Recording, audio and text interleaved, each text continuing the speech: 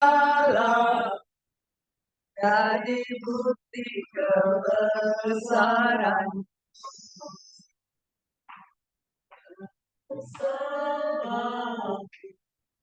di dalam jadi bukti kebesaran.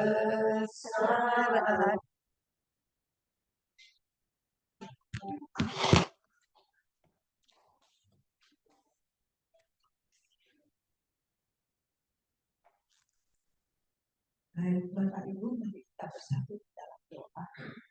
Bapa di dalam surga, mari kami ucap syukur dan terima kasih untuk hari di mana Engkau boleh menguduskannya bagi kami dan kami boleh bersekutu pagi ini. Biarlah Roh Kudus menguji setiap hati pikiran kami dan boleh mengerti firman yang bagikan bagi kami, dan biarlah Roh Kudus juga menolong kami mengerjakannya dalam perjalanan hidup kami. Terima kasih Bapak di dalam surga, kami percaya saudara-saudara kami di tempat mereka masing-masing berada juga boleh dalam perlindungan-Mu dan boleh menikmati kasih Tuhan. Dalam nama Tuhan Yesus Kristus kami berdoa dan mengucap syukur.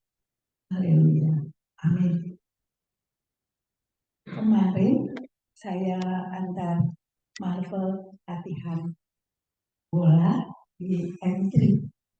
Lalu di depan mobil kami ada stiker di mobil orang, everything is temporary. Everything is temporary. Tapi di 1 Korintus 13 ayat 13 dikatakan, ini aku pakai Alkitabnya ayah saya ini. Sebentar.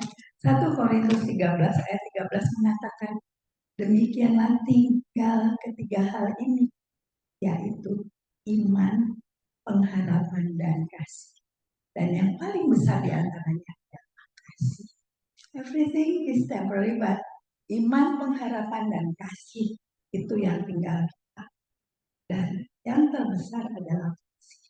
Karena dengan kasihnya, Dia mengaruniakan anaknya yang tunggal Tuhan kita Yesus Kristus, dan kehadirannya juga adalah untuk menyelamatkan setiap umat yang percaya kepadanya, yang pastinya berdosa, tapi boleh diselamatkan oleh Tuhan Yesus Kristus. Alangkah indah kasih-Nya. Dan itu juga yang menguatkan saya ketika di bulan Januari 2025 ini saya kembali ke Yangon sesudah bertahun baru di Jakarta. Lalu saya cek nih, saya masih punya tiket 1 kali pulang ke Jakarta, saya ngecek dulu. Terus saya bilang ke Papa Marco, saya bilang, Mama, kayaknya ada sesuatu di payudara kiri saya bilang gitu. Apa boleh cek tiket saya pulang ke Jakarta? Itu terakhir tanggal 18, saya bilang gitu ya. Terus Papa Marco langsung, udah enak medical check up dulu aja. Saya medical check up di klinik Pamit ya, yang di dekat rumah. Lalu hanya 2 hari hasilnya sudah keluar dan itu dinyatakan bahwa positif cancer. Lalu Papa Marco langsung pikir ternyata ada flight tanggal 22 Januari. Saya ketika dokter menjelaskan hasil check up, saya tertawa dan dokternya pikir saya nggak ngerti bahasa Inggrisnya. Ya, saya bilang, I know my God is in me, so God will help me. Saya bilang gitu, makanya saya ketawa. Pulang ke rumah saya langsung berdoa. Karena biar bagaimana masih manusia. Saya ini mau ke Penang, saya harus bawa salah satu adik saya, apa kemana, lalu saya berdoa. Tuhan tunjukkan yang terbaik. Selalu mintanya gitu kan ya sama Tuhan. Lalu saya telepon sepupu saya yang dari 2001 kanker paru. Dia dirawat 1 bulan lebih di Singapura pada waktu itu. Saya telepon bahwa aku kayak gini-gini nih. Dia selesai saya ngomong itu mentertawakan saya. Lu sekarang jadi junior gue gitu. Karena kan dia panggil kakak sama saya. Terus Saya bilang serius nih, aku bilang ya udah, gak usah kemana-mana, semanggi, semanggi itu udah bagus alat dan dokternya, dia bilang gitu. Lalu saya telepon adik sepupu saya yang dokter varian sana. Saya bilang Eda, aku kondisinya kayak gini, saya nggak kenal dokter di sana. Dia langsung jawab, udah dokter Albandin saja. Oke, buatin janji, saya bilang saya 22 malam sampai di Jakarta. Dia buat janji tanggal 23 Januari di transit di Kuala Lumpur, WA dari rumah sakit masuk. Cancel tanggal 23 pagi karena beliau menguji. Jadi bisanya tanggal 25 pagi. Oke, saya langsung WA sepupu saya ini kan yang dokter. Jadinya dokter Alban terima saya tanggal 25 pagi. Saya bilang tolong ditemani. Oke, itu hari Sabtu, hari libur dia sebetulnya. Lalu dia datang dan menemani saya bertemu dengan dokter Alvin. Hasil medical check up dari sini itu kepake loh di sana. Dia nggak suruh saya lagi medical check up. Jadi dari hasil medical check up di sini, dokter Albandin langsung menetapkan kapan ibu bisa masuk rumah sakit. Saya bilang, oh, kapan dokter suruh saya masuk. Saya bilang gitu. Dia pertanyaan pertama, terus kedua dia tanya, punya asuransi? Punya. Karena ternyata biayanya nggak sedikit. Ya. Kalau sakit, sehat itu mahal Bapak Ibu. Lalu tanggal 29, itu banyak hari libur. Sesudah itu sampai tanggal 29 hari raya Chinese. Saya masuk di tanggal 29 siang, seperti biasa ya, yang namanya operasi, periksa segala kategori darah, jantung, toraks, foto semuanya. Hasilnya bagus, puji Tuhan. Lalu tanggal 30 memang dokter Albandin sudah katakan operasi kurang lebih 2 jam. Jadi yang tahu hanya adik bungsu saya yang kami tinggal bersama di suami istri itulah yang menunggu saya di rumah sakit. Sepupu saya yang dokter pediatrik tanya, adik-adiknya semua udah dikasih tahu. Saya bilang semua punya masalah Eda, saya nggak mau bagi-bagi tambah beban. Saya bilang, dia tegur saya, nggak bisa katanya, minimal didoakan. Barulah saya didorong ke ruang operasi, saya WA adik-adik saya. Yang di si borong-borong, yang punya filter kopi langsung nangis waktu dengar saya sakit. Terus yang di Jakarta, di Cilandak, sama di Bekasi mendoakan masuk. Besoknya baru pada besok. Jadi betul-betul 2 jam Bapak Ibu saya soalnya perhatikan jam 2 saya diantar, jam 4 saya udah dibangun, udah boleh masuk, udah balik ke kamar ya, tinggal dikeluarin plastik dari mulut saya yang mereka masukin selang kan biasanya kalau operasi. Jadi saya nggak rasakan apa. Salah satu pokok doa saya dari dulu adalah Tuhan, kalau saya Tuhan izinkan saya, kalau boleh daging ini tidak kesakit. Itu permintaan juga. Enak banget deh. Punya Tuhan Yesus, punya Bapak di surga, boleh minta. Dan itu terjadi. Ipar saya yang nungguin saya gini, kok udah bisa ngobrol sih? Habis keluar dari kamar operasi, emang gak ada salah apa-apa? Enggak. Saya bilang, dokter kasih vakum untuk cairan ya bekas operasi itu saya bawa-bawa dia aja ngeliatnya ngeri gitu loh tapi kok ini yang sakit santai banget gitu ngobrol-ngobrol apa yang diangkat dokter juga dokter nggak kasih tahu ke saya pada waktu itu tidak langsung diceritain gitu justru adik ipar saya yang cerita karena dia masih cerita ke Ingrid kan ya Ingrid di sini kan ya terus ternyata yang diangkat adalah yang di payudara itu hanya 3 cm. Jadi yang diambil 5 cm, ternyata di bawah ketiak itu jodohnya. Kelenjar getah bening di bawah ketiak itu jodohnya si payudara. Ternyata. Jadi di bawah ketiak itu ada 16 kelenjar yang diambil, 13 terkontaminasi. Saya lihat Ingrid habis nangis tuh waktu nelpon saya bilang kamu berdoa aja. Terus Ingrid bilang gini, Mama selalu aja berdoa. Kenapa saya bilang? Karena doa itu nafas orang percaya kan ya. Nafas kita gitu loh. Di 1 Tesalonika 5 ayat 16 sampai 18 dikatakan. Bersukacitalah senantiasa, tetaplah berdoa. Mengucap syukurlah dalam segala hal, sebab itulah yang dikehendaki Allah di dalam Kristus Yesus bagi kita, bagi kamu. Seperti itu.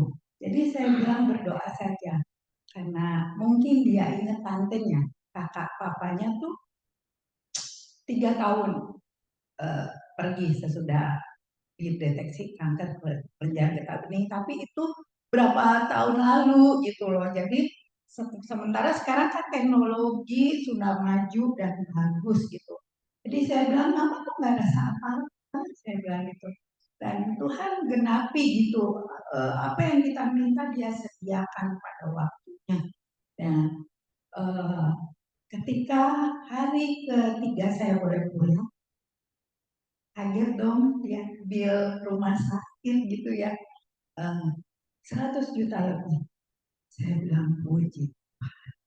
3 tahun sebelumnya saya ambil produk Manulife dan itu mengcover semuanya. Apakah kita mengatakan itu hikmat saya, kekuatan saya? Tidak. Tuhan Yesus yang sediakan semuanya.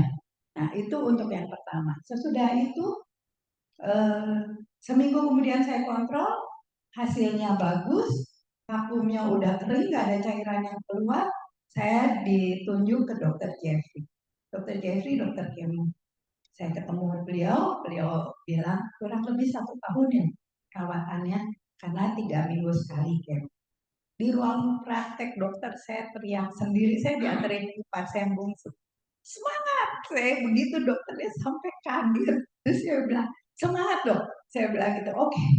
Nah, sesudah itu saya PET scan dan MRI, semua bersih. PET scan aja 14,5 juta. Pengaruh dokter si Opung ya. Opung kan pensiun nih. Terus saya bilang, wah kan benar-benar istimewa. MRI 6 juta. Sesudah itu sebelum kemo diminta untuk pasang kemoport. Biaya kemoport dan kemo pertama itu 100 sekian. Dalam hati saya uang semua nih ya. Boleh pakai daun kering. Ternyata semua Tuhan sediakan, istimewanya Tuhan kita itu gitu loh. Nah selanjutnya kemo sampai kemo ke-6 kurang lebih 1 setiap kali kemo. Lalu aku PET scan lagi dan hasilnya bersih. Sesudah kemo ke-6 baru ini kemo lagi untuk yang hanya kemo target, yaitu menurut dokter supaya nggak kumat lagi. Itu tiap kali kemo kurang lebih 60 juta. Nah, Bapak Ibu, kalau lihat bil rumah sakit, sakit kepala langsung. Tapi puji Tuhan, Tuhan Yesus sudah sediakan semuanya. Dan itu saya selalu bilang itu karena doa kita. Kalau orang nggak percaya sama Tuhan Yesus kan pikir dia kekuatannya sendiri. Tapi bersama Tuhan tidak ada yang mustahil. Dan itu berlangsung setiap kali kemo selalu dikirim message dari rumah sakit. Karena akibat kemo itu berbeda-beda bagi setiap orang. Nah, saya kemo pertama sampai ke-4 aman. Kemo kelima, di minggu pertama sama sekali tidak mau minum dan tidak mau makan. Hari ke-5-nya, saya lagi mau ambil air minum di dispenser rumah, kan berdiri dong kita, bruh aja, ambruk. Ipar saya teriak langsung, adik saya keluar dari kamar. Saya bilang tenang-tenang, saya nggak rasa apa-apa, saya gitu. Emang nggak rasa apa-apa, padahal kepala duk gitu loh ke lantai. Langsung saya bilang tunggu, nanti saya berdiri sendiri. Saya bilang gitu, udah. Habis itu saya WA dokter Jeffrey, dong saya nggak bisa makan di seminggu. Masuk UGD, dia minta langsung saya masuk UGD dan transfusi darah, lalu nutrisi 2 karung besar itu 3 hari 2 malam. Sesudah pulang semua aman sampai hari. Sesudah kemo target kedua, saya langsung izin. Enggak deh. Kemo waktu masih kemo yang sebelumnya tuh bulan Juni saya izin untuk pergi ke kampung karena Papa Marvel ada acara di kampung. Saya hadir di sana. Lalu dokter selalu semangatin saya, boleh pergi aja. Pokoknya dokter Jeffrey mau pasiennya happy. Itu dia. Terus kemarin ini di awal Agustus saya permisi lagi sama dia. Saya mau ke Kalbar ya dok, boleh ya? Boleh. Pelayanan kalau ke Kalbar. Dan semua sukacita. Berat medannya karena kita naik mobil dan jalanan di kebun sawit sendiri, aspal gitu. Nah seperti itu. Tapi Tuhan tolong semua boleh kita lalui. Kami dari Jakarta harusnya ke Kucing, oleh Air Asia dibuang dulu ke KL, baru dari KL ke Kucing. Jadi sampai Kucing udah malam banget, nggak sempet jalan-jalan di Kucingnya. Tapi besok paginya bus Damri akan bawa kami ke Kalimantan Barat, udah ready dan kami semua sehat. Padahal ya yang berangkat udah opung-opung semua. Karena ada rasa sukacita, itulah obat yang paling manjur, sukacita itu. Jadi kita boleh lalui perjalanan Kalimantan Barat. Sesudah itu saya izin lagi mau ke sini resdim, boleh juga. Lalu kemarin habis kemo saya kontrol dulu, sorenya baru kemo. Saya bilang dok, nanti saya mau pergi lagi nih, jagain cucu. Oh iya pergi aja, pergi. Gak apa-apa, nanti kita ketemu lagi tanggal 26. Siap, saya bilang gitu. Jadi semua hanya kemurahan Tuhan dalam perjalanan ini. Tidak ada karena kuat gagah kita. Seperti hari yang diberikan Tuhan. Ada pagi, ada malam. Kalau pagi terus pada hari, kita kuat nggak ya? Kerja terus, aktif terus. Tapi karena ada malam, ada istirahat. Begitu juga perjalanan hidup kita. Ada senang, ada ketika ada gelombang itu, di sanalah kita semakin bergantung dan berharap kepada Tuhan. Karena bersama Tuhan, semua akan menjadi indah. Mungkin di mata fisik kita, aduh, kenapa begini ya? Padahal kan maunya begitu gitu. Tetapi di sisi lain, Tuhan sediakan yang terbaik. Seperti Mazmur 20 yang mengatakan, dia membaringkan kita di padang yang berhijau. Dan seterusnya. Indah sekali loh itu Mazmur 3. Dan ujung-ujungnya adalah tugas kita Bapak Ibu di Matius 28. Matius 28 ayat 16 sampai 20. Ini tugas kita ya, perintah untuk memberitakan Injil. Dan ke-11 murid itu berangkat ke Galilea, ke bukit yang telah ditunjukkan Yesus kepada mereka. Ketika melihat Tuhan Yesus, mereka menyembahnya. Tetapi beberapa orang ragu-ragu. Yesus mendekati mereka dan berkata, Yesus nih ya yang berkata, kepadaku telah diberikan segala kuasa di sorga dan di bumi.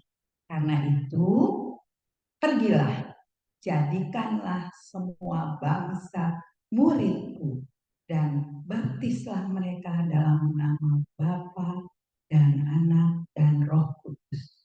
Dan ajarlah mereka melakukan segala sesuatu yang telah kuperintahkan kepadamu, dan ketahuilah aku menyertai kamu senantiasa sampai kepada akhir zaman. Jadi Tuhan Yesus mulai dengan 12 murid, 12 murid itu berkembang lagi. Dan aku percaya Pak Michael, Pak Joni, dan Vivi, juga Jessie, Pak Bakara, Asia, Ibu Esther, Pak Mario, bisa memuridkan kiri kanan depan belakang dengan sikap hidup kita. Minimal sikap hidup kita. Mungkin belum, saya pribadi selalu katakan saya belum berani menyampaikan langsung. Tapi teman-teman SD dan SMP mayoritas muslim karena saya sekolah negeri ya. Jadi kalau kami kumpul, selalu saya diajak, dan ketika mereka sholat jamaah, saya hanya berdoa. Di sofa, mereka di depan saya berjamaah, saya berdoa. Tuhan Yesus, kalau boleh sahabat-sahabat saya juga menikmati keselamatan seperti yang saya boleh nikmati. Curahkan Roh Kudus Dan saya belum mengatakan bahwa mereka percaya kepada Yesus, tapi kita sama-sama tahu bahwa banyak sekali saat Tuhan yang sudah percaya kepada Isa Al-Masih adalah jalan kebenaran dan hidup satu-satunya. Dan biarlah Roh Kudus bekerja atas setiap mereka, dan pemuritan yang dari 12 menjadi sekian, lalu sekian, itu boleh berlangsung terus melalui kehidupan kita. Nama Tuhan dipermuliakan. Amin. Mari kita bersatu dalam Bapa di dalam sorga. Terima kasih untuk kasih Tuhan, bahwa kami boleh bergantung hanya kepada-Mu saja Tuhan, karena persoalan hidup yang kami hadapi hanyalah temporary, tapi kasih kemurahan-Mu kekal abadi. Ajar-ajari kami Tuhan melakukan apa yang Tuhan kehendaki kami lakukan dalam hidup ini, menyaksikan kasih kemurahan-Mu bagi saudara-saudara kami, agar mereka juga boleh menikmati keselamatan dalam nama Anak